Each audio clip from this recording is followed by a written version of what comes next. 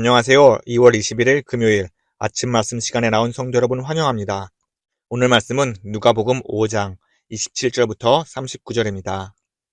그 후에 예수께서 나가사 레위라 하는 세리가 세관에 앉아있는 것을 보시고 나를 따르라 하시니 그가 모든 것을 버리고 일어나 따르니라.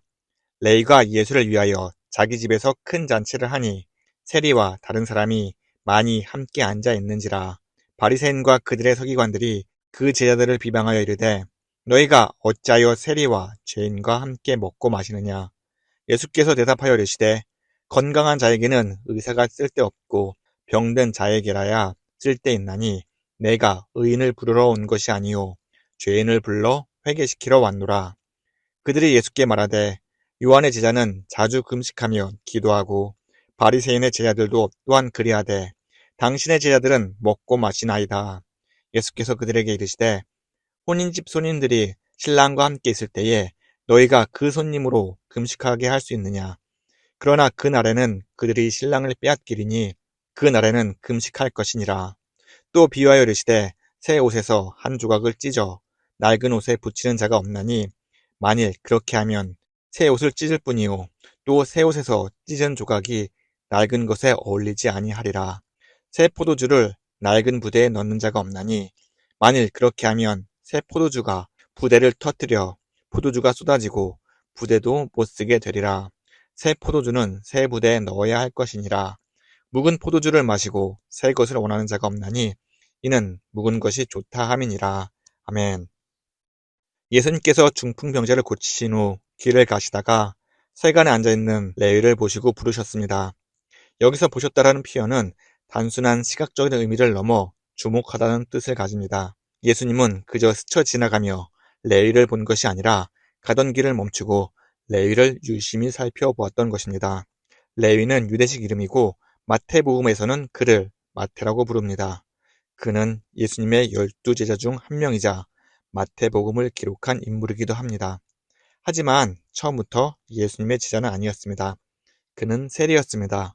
당시 세리는 유대사회에서 죄인으로 취급받았습니다. 유대인들은 세리를 로마의 앞잡이라 여기며 멸시했습니다.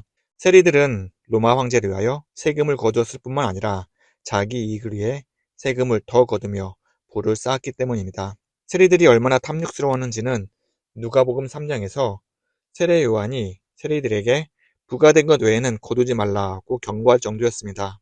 유대인들은 세리들을 부도덕하고 부정한 존재로 보았고 이들과 상종하지 않으려 했습니다. 그러면 레위는 왜 세리의 직업을 선택했을까요? 세리는 로마 군인들의 보호를 받으며 유대 사회의 억압에서 벗어날 수 있었습니다. 또 세금을 직접 거두는 입장이었기에 다른 유대인들보다 상대적으로 적은 세금을 내고도 큰 부를 축적할 수도 있었습니다. 그 당시 대부분의 유대인들이 하루 벌어 하루 살았다면 세리는 부유하고 안정된 삶을 살았습니다. 물론 사람들에게 죄인 취급을 받으며 손가락질을 당했지만 경제적 풍요로 인해 그런 비난쯤은 감수하며 살았을 것입니다. 세리라는 직업은 레위에게 단순한 생계수단이 아니라 그의 삶의 기반이자 모든 것이었습니다. 이런 레위를 예수님께서 주목하셨습니다. 어쩌면 둘의 시선이 마주쳤을 수도 있고 예수님이 그의 마음을 깊이 들여다봤을 수도 있습니다.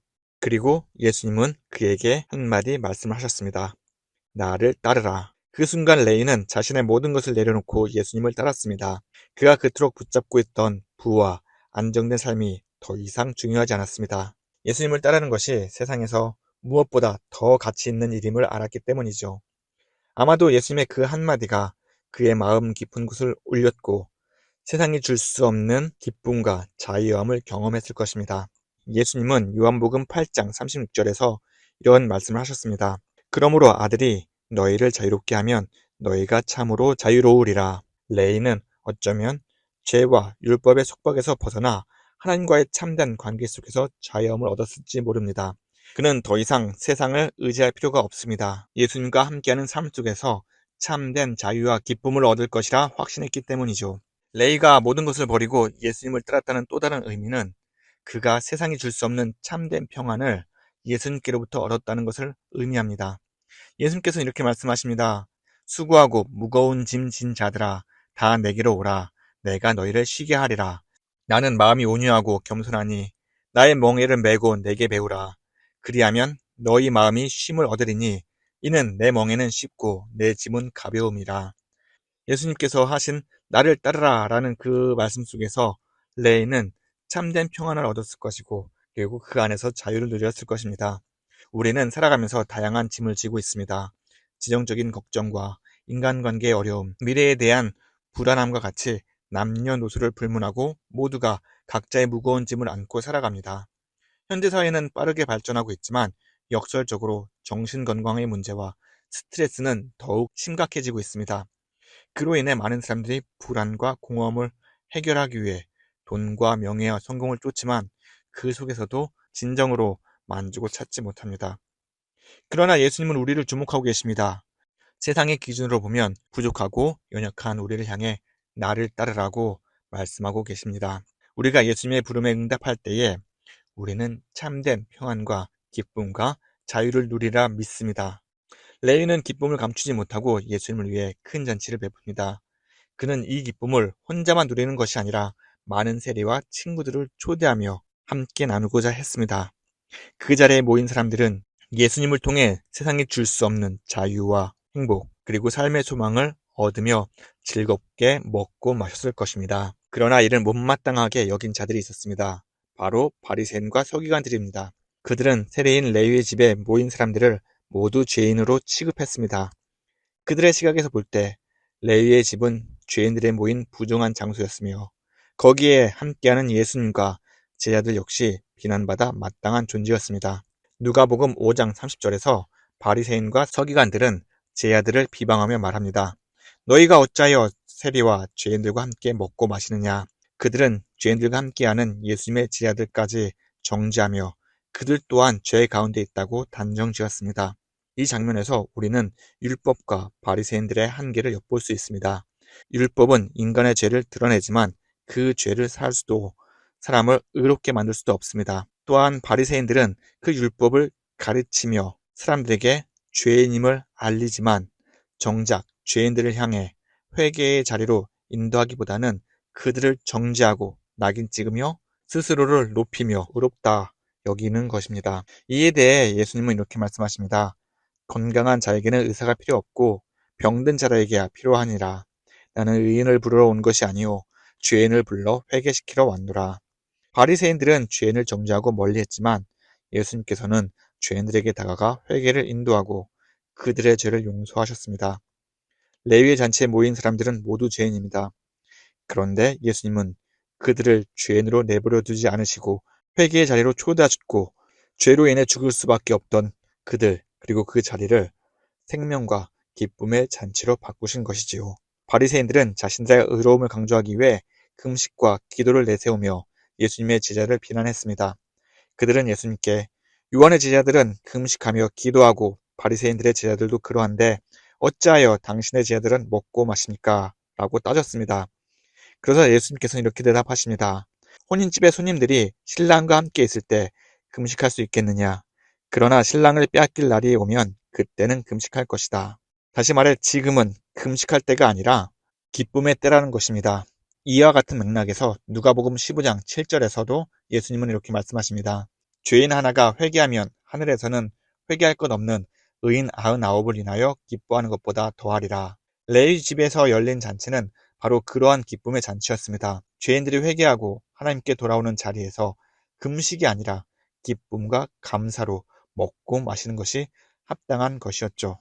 또한 예수님은 두 가지 비유를 들어 바리새인들의 생각이 왜 잘못되었는지 설명하십니다. 새 옷에서 한 조각을 찢어 낡은 옷에 붙이는 자가 없나니 그렇게 하면 새 옷도 찢어질 뿐만 아니라 낡은 옷과도 어울리지 아니하리라. 또 새 포도주는 새 부대에 넣어야 한다 라고 말씀하십니다. 이는 바리새인들이 여전히 낡은 전통에 얽매여 새롭게 임한 하나님의 은혜를 받아들이지 못하고 있음을 지적하시는 것입니다.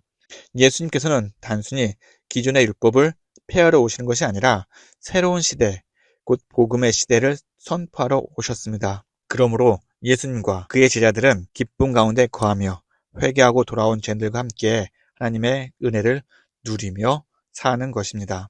그리고 바리새인들이 비방하는 내용 중에 우리가 주목해야 할 점은 바리새인들은 예수님을 비방하는 것이 아니라 예수님의 제자들을 비방하고 그들의 죄를 문제 삼고 있다는 것입니다. 누가복음 5장 30절을 보면 바리새인과 그들의 서기관들이 그들의 제자를 비방하여 이르되, 또 33절을 보면 요한의 제자는 자주 금식하며 기도하고 바리새인의 제자들도 또한 그러한데 당신의 제자들은 어찌하여 먹고 마십니까? 라고 따집니다. 만약 제자들이 자신의 지혜와 지식으로 바리새인들의 질문에 대응했다면 이 잔치는 기쁨과 감사의 자리가 아니라 죄인들의 모임으로 전락했을지도 모릅니다. 그런데요, 예수님께서 직접 제자들을 대신하여 대답하는 모습을 볼 수 있습니다. 예수님께서는 제자들을 향한 바리새인들의 비난에 맞서 복음의 기쁨과 자유를 선포하셨고 하나님의 은혜가 죄인들에게 임했음을 밝히셨습니다. 이처럼 우리 모든 문제를 해결해 주신 분은 예수님입니다. 우리가 이 땅을 살아가면서 어려운 상황을 만날 때마다 우리는 우리의 지혜를 사용하기 앞서 예수님께 지혜를 구해야 합니다. 너희 중에 누구든지 지혜가 부족하거든 모든 사람에게 후히 주시고 꾸짖지 아니하는 하나님께 구하라. 그리하면 주시리라. 우리의 삶의 모든 문제는 예수님 안에 답이 있습니다. 우리 주님께서 우리의 모든 문제를 해결해 주시고 모든 상황을 선한 길로 인도해 주시리라 믿습니다. 우리가 의지하고 믿고 따를 분은 오직 예수님 한 분뿐이 없음을 우리는 고백합니다. 레이가 온전히 예수님을 따르며 순종하며 살았듯이 우리 또한 예수님을 믿고 따르며 살아간다면 예수님께서 주시는 하늘의 은혜와 사랑과 참된 자유가 우리에게 임하리라 믿습니다. 이런 믿음을 가지고 오늘 하루 믿음으로 승리하며 살아가는 저와 여러분 되시기를 간절히 기원합니다. 우리 다 함께 기도하겠습니다. 사랑과 은혜가 풍성하신 하나님 아버지, 오늘도 주님과 함께 하루를 시작하게 하심을 감사합니다. 세상을 살아가며 우리 어깨에는 많은 짐이 놓이고 때로는 무거운 걱정과 근심으로 인해 힘들어할 때가 많이 있습니다.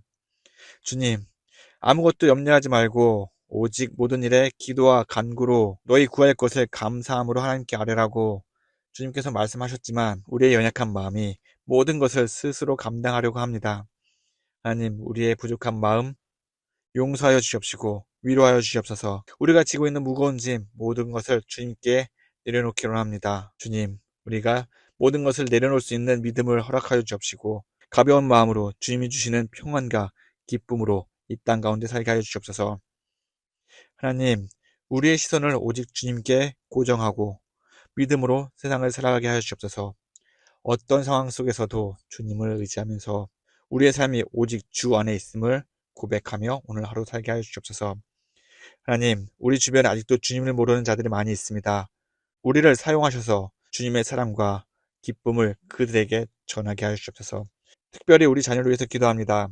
주 안에서 하루하루 성장하게 하시고 주님께서 주시는 지혜와 사랑으로 충만하게 하여 주옵소서. 우리 자녀들이 하나님을 더욱 사랑하고 이웃을 사랑하는 삶을 살게 하여 주옵소서. 우리 자녀들이 세상을 바라볼 때에 우리 예수님의 관점으로 보고 믿음으로 나가게 하여 주옵소서. 우리 자녀들 학업 가운데 있습니다. 건강과 지혜를 허락하여 주옵시고 그들의 계획과 모든 소망이 주님의 뜻 안에서 이루어지게 하여 주옵소서.